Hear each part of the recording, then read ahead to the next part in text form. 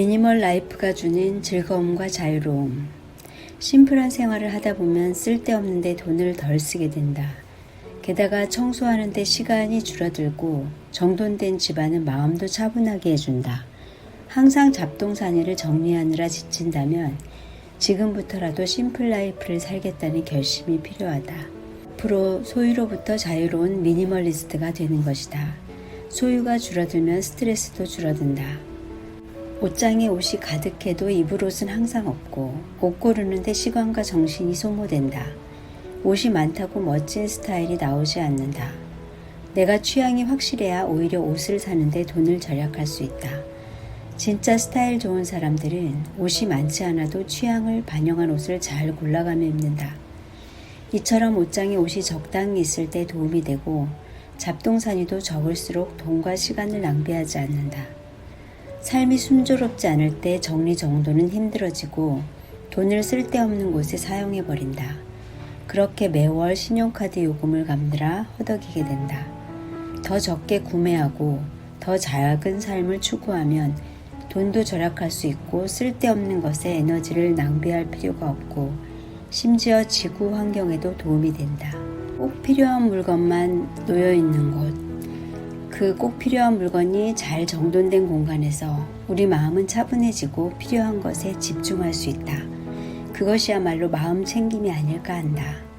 이렇게 장점이 가득한 심플한 삶을 살기 위해 심플하게 정돈된 집안을 만들고 더 미니멀하게 살기 위한 방법을 찾아봐야 한다. 그러면 일상생활에서 어떻게 미니멀 라이프를 실현할 수 있을까?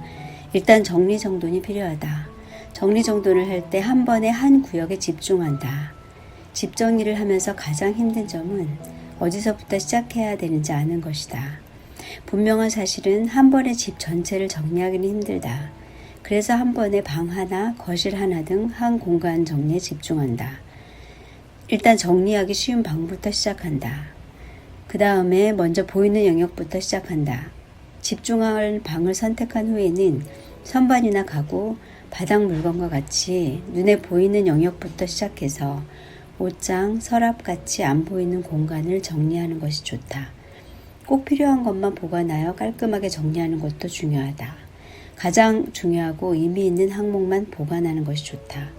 가장 쉬운 것부터 정리하면서 이 물건이 스스로에게 필요한 건지 물어본다. 이건 정말 보관할 가치가 있나? 내가 원하는 집을 만드는 데 도움이 되나? 아니면 그저 잡동사니일 뿐일까? 그것이 꼭 필요한지를 스스로에게 물어봐야 한다. 너무 무리한 인테리어 장식도 고민해봐야 한다. 특별한 장식이 아니면 정리하는 게 좋다. 소유가 적을수록 시간과 에너지가 줄어든다. 그 다음으로는 집안을 정기적으로 정리해야 한다. 집안은 놔두면 어수선해진다. 따라서 일주일에 한 번 정리정돈은 필수다. 물건 하나가 들어오면 잡동사니 하나가 늘어나는 것과 같다. 어떤 교수님은 물건을 하나 집안에 들이면 다른 물건 하나를 버린다고 할 정도로 정리정돈에 엄격했다. 가장 중요한 것은 물건을 사고 싶은 유혹을 이기는 것이다. 요즘은 싸고 좋은 물건은 많다.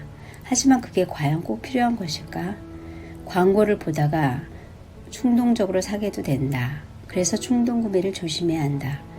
일단 내가 갖고 나면 흥미가 사라지는 게 인간의 심리다. 진짜 내 취향을 발견하고 그것에 맞는 물건을 세심하게 골라서 집안에 들여놓는다. 항상 이렇게 물어봐야 한다. 내 취향은 무엇이고 이 물건이 나를 행복하게 하는가? 마지막으로 가장 중요한 미니멀리스트가 되고자 하는 목적을 찾아낸다. 왜 나는 미니멀리스트가 되어야 하지? 스스로에게 물어본다. 돈을 절약하려고? 깔끔한 집안 정돈을 위해서? 어수선한 집안 때문에 마음이 산만해지니까? 집이 좁아서? 더 이상 집안을 관리하기가 힘들어서? 물론 개개인마다 이유는 다양할 것이다. 다들 노후를 평화롭고 여유롭게 즐기고 싶을 것이다. 미니멀리스트가 되면은 정리할 것도 줄어들고 또 돈도 절약하게 돼서 여유로운 노후를 보내게 될 수 있다. 사실 젊을 때부터 여유로운 노후 생활을 즐기려면 여유롭게 돈이 있어야 하고 흘러나가는 돈을 아껴야 한다. 심플 라이프를 실천하면 돈은 저절로 절약하게 된다. 그것도 스트레스를 받지 않고 절약하게 된다. 어수선한 집안을 매일 스트레스를 받으며 정리하는 것도 지겹고 잡동사니를 사들이는데 쓰여진 돈이 너무너무 아깝다면 미니멀리스트가 되어야 한다. 미국의 유명한 미니멀리스트 조슈아 베커는 미니멀리즘의 목표가 소유물을 줄이는 것이 아니라 지금보다 더 의미 있는 삶을 사는 것이라고 말한다. 그의 말에 동의하며 더 의미 있는 삶을 살길 바라면 미니멀리스트가 되어보는 건 어떨까? 남과 같이 살아야 하고 과잉 소비가 권장되는 이 시대에 스스로 소신 있는 미니멀리스트가 되어보는 것도 좋을 것 같다.